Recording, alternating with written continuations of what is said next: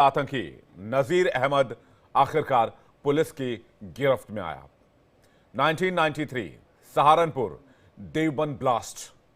देवबंद को दहलाने वाला आतंकी कहां से और कैसे गिरफ्तार हुआ, एक रिपोर्ट आपको दिखाते हैं।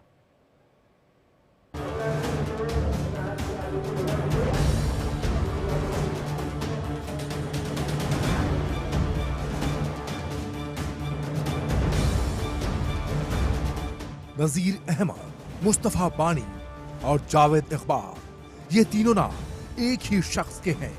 वो शख्स जिसने यूपी के सहारनपुर को धमाका कर दहलाने की नापाक हिमाकत की थी।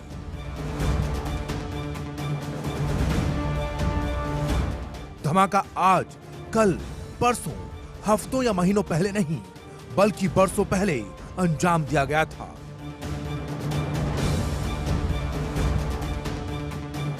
1993 वो साल था जब नजीर अहमद ने यूपी के सहारनपुर में देवबंद को विस्फोट से दहला दिया था।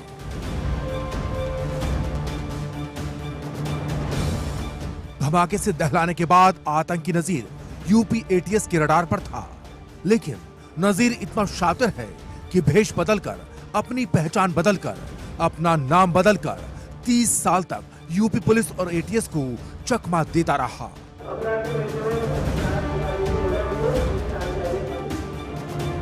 लेकिन अपराधी कितना भी शातिर क्यों ना हो, कानून के शिकंजे से नहीं बच सकता।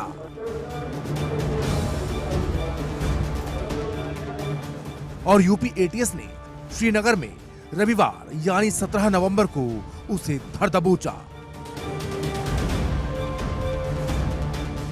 एक ऐसा आतंकी जो 30 सालों तक पुलिस की आंखों में धूल झोंकता रहा, कोर्ट से जमानत लेने के बाद कोर्ट में कभी तारीख पर नहीं पहुंचा, अपनी पहचान बदलकर, अपना नाम बदलकर अलग अलग ठिकानों पर रहता रहा।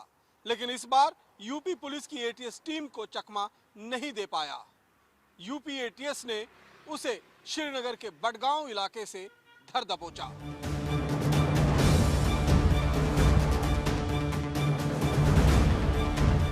आपको बता दें कि नजीर अहमद ने 1993 में देवबंद के यूनियन चौराहे पर थाने में पुलिस कर्मियों पर हैंड ग्रेनेड फेंका था। विस्फोट में 2 पुलिसकर्मी कांस्टेबल कन्हैया लाल और कांस्टेबल अर्जुमन अली के साथ 4 आम नागरिक घायल हुए थे, जिसके बाद पुलिस ने उसे गिरफ्तार कर लिया। 1994 में कोर्ट से जमानत कराने के बाद नजीर अहमद फरार हो गया। पुलिस खाक छानती रही, लेकिन उसका कोई पता ठिकाना नहीं था। वो सुरक्षा बलों से बचने के लिए अलग अलग जगहों पर खुलिया और नाम बदल कर रह रहा था। 30 साल से फरार आतंकी नजीर के खिलाफ कोर्ट ने इसी साल स्थायी वारंट जारी किया था। सहारनपुर पुलिस ने उस पर 25,000 रुपए का इनाम भी घोषित किया था। नजीर अहमद आतंकी संगठन हिजबुल मुजाहिदीन के लिए काम करता है।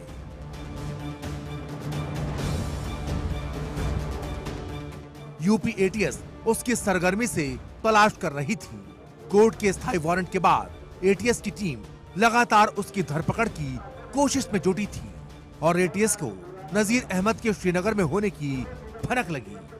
वैसे ही एक्शन में आ गई और उसे श्रीनगर के बडगाम से गिरफ्तार कर लिया।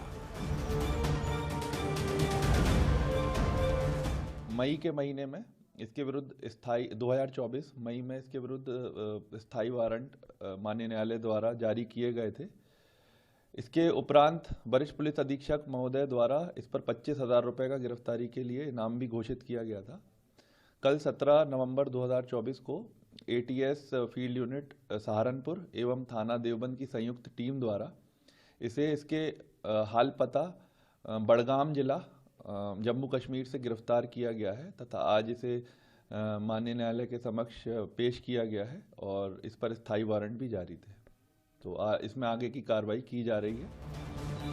सहारनपुर पुलिस के मुताबिक 26 अगस्त 1993 को सैयद मुनव्वर हुसैन ने थाना देवबंद में एफआईआर लिखवाई थी।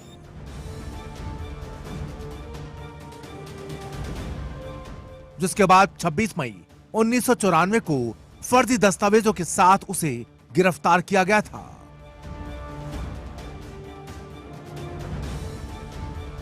उसी वक्त पूछताछ में पता चला था कि वो आतंकी संगठन हिजबुल मुजाहिदीन के लिए काम करता था। उस वक्त नजीर अहमद फर्जी दस्तावेजों के आधार पर सहारनपुर के देवबंद में ही रह रहा था।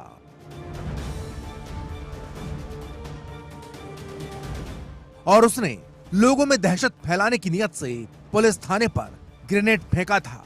बरामद फर्जी दस्तावेजों के आधार पर नजीर को जेल भेजा गया, जहां उसने 1 साल बाद जमानत ले ली और फिर फरार हो गया। Bureau report, India daily.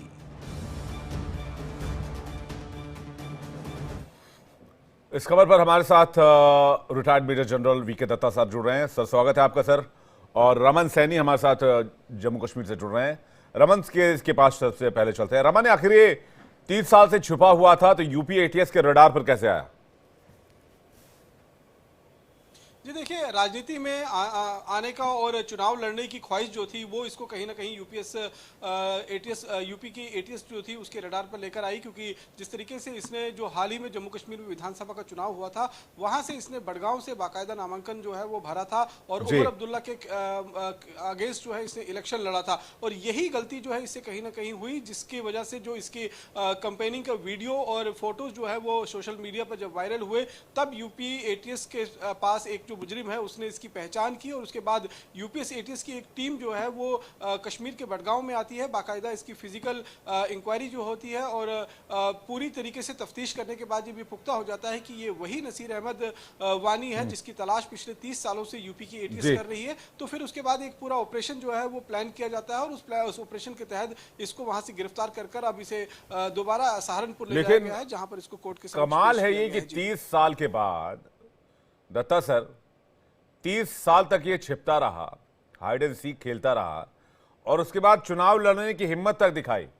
जिस देश में आतंकी हमला किया वहां पर ये इलेक्शन भी लड़ना चाहता था, इलेक्शन लड़ा भी और अब जाकर वो पुलिस की गिरफ्त में भी है। बिल्कुल, देखिए ऐसा है कि ये दर्शाता है कि हिंदुस्तान में हमारी जो जुडिशियल सिस्टम है वो कितना दयालु है कि आप एक आतंकवादी को जिसने पुलिस के ऊपर ग्रेनेड से हमला किया, 2 पुलिस वाले जख्मी हुए, उसके साथ में 4 और आम नागरिक जख्मी हो गए, उसको बेल मिल जाती है और बेल मिलने के बाद वो उसके बाद किसी भी कोर्ट की हेयरिंग में नहीं आता और अपना नाम भेस बदल के वो गायब भी हो जाता है एक तरीके से। और अगर ये अभी इलेक्शन नहीं लड़ता, जहां पे इसकी फोटो वीडियो यूट्यूब वगैरह सर्कुलेशन में आए, तो हो सकता अभी भी ना पकड़ा जाता ये। तो कहने का मतलब ये है कि उग्रवाद को खत्म करने के लिए जो कार्रवाई करनी चाहिए पुलिस को और हमारे कोर्ट को, फास्ट ट्रैक उसका जो सुनवाई होनी चाहिए और उनको सजा मिलनी चाहिए, वो कहीं पर हमारा ये पूरा जो तंत्र है बहुत ढीला है। अभी मैं काउंटर टेररिस्ट यूनिट में रहा हूँ जी। बहुत सारे बाहर के मुल्क के जो काउंटर टेररिस्ट यूनिट के लोग हमारे साथ ट्रेनिंग करते थे और वो उनका ये मानना था, चाहे इजराइल हो चाहे SAS हो इंग्लैंड का, वो कहते थे once a terrorist always a terrorist. अगर एक बार उग्रवादी है वो आतंकवादी है तो हमेशा आतंकवादी रहेगा और जहां मिले उसका खात्मा कर देना चाहिए। तो अभी ये एक उदाहरण आपके सामने है। अलग अलग गवर्नमेंट रही, अगर आप उसके 93 से 94 के आगे से लेके आज तक की बात करें तो इसको कहीं ना कहीं तो प्रोटेक्शन मिला होगा कि जो ये पुलिस की गिरफ्त में नहीं आया। और अभी जाके 31 साल के बाद कानून के हाथ दोबारा लगा है और मुझे उम्मीद है कि अभी इसको इसके अंजाम तक पहुंचाया जाएगा। और ये संदेश औरों के लिए है। ये एक मुझे लगता है अगर 30 साल तक छिपा रहा है और घाटी में रहा है तो इसके पास इंफॉर्मेशन का एक मोटा खजाना भी होगा जो एजेंसीज को बाहर निकलवाना चाहिए इससे। बिल्कुल, देखिए जो आदमी हिजबुल मुजाहिदीन के साथ जुड़ा रहा और लगातार जो आतंकवाद चल रहा है J&K में चल रहा था या अभी भी वो दोबारा उसको रिवाइव करने की चेष्टा की जा रही है, इसको पूरी जानकारी होगी।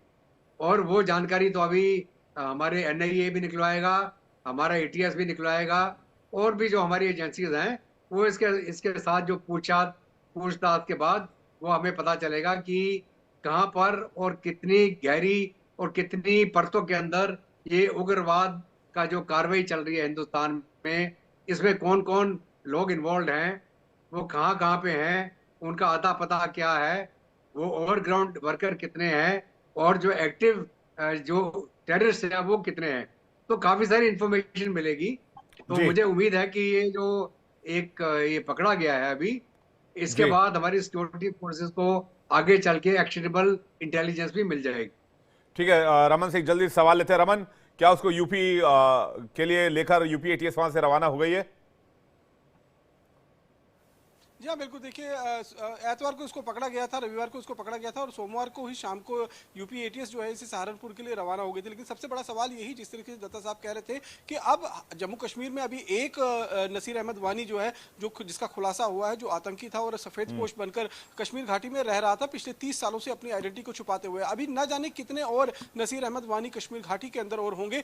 कहीं ना कहीं अब ये एक आई ओपनर केस होगा जम्मू कश्मीर पुलिस के लिए और एनआईए के लिए कि इस तरीके के जो आतंकवाद में लिप्त आतंकी रहे हैं, वो आतंकवादी घटनाओं को अंजाम देने के बाद अब सफेद पोश जिंदगी कहीं ना कहीं अगर कश्मीर घाटी में जी रहे हैं, तो वो भी कहीं ना कहीं समाज के लिए एक बहुत बड़ा खतरा है। क्योंकि इस तरीके के आतंकी कभी भी कन्वर्ट हो सकते हैं दोबारा टेररिज्म के लिए। और जिस तरीके से नसीर अहमद वानी ने करोड़ों रुपए की संपत्ति स्लीपर जो है, सेल के तौर पर काम कर बड़गांव में सकते हैं, रहते हुए, दूसरे आतंकियों के रिक्रूटमेंट में जिम्मेदारी निभा सकते हैं। इसके अलावा जो वहां पर युवा हैं उनको बरगला सकते हैं।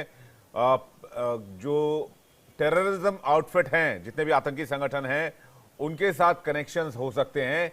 कई सारे कयास और आयाम हैं इसमें जो देश की सुरक्षा के लिहाज से ठीक नहीं है। और मुझे लगता है जब इससे पूछताछ होगी, जो दत्ता सर कह रहे हैं, ये कई तरह के राज उगलेगा और बाकी के दोस्तों के भी नाम बताएगा कि किससे कहां पर रहा, किसने शह दी, कैसे छिपा और किस तरह से इसने 30 साल गुजारे। रमन, बहुत बहुत शुक्रिया हमारे साथ जुड़ने के लिए। दत्ता सर, आपका भी बहुत बहुत शुक्रिया हमारे साथ जुड़ने के लिए। जय हिंद सर। फिलहाल एक छोटा सा ब्रेक ले रहे हैं।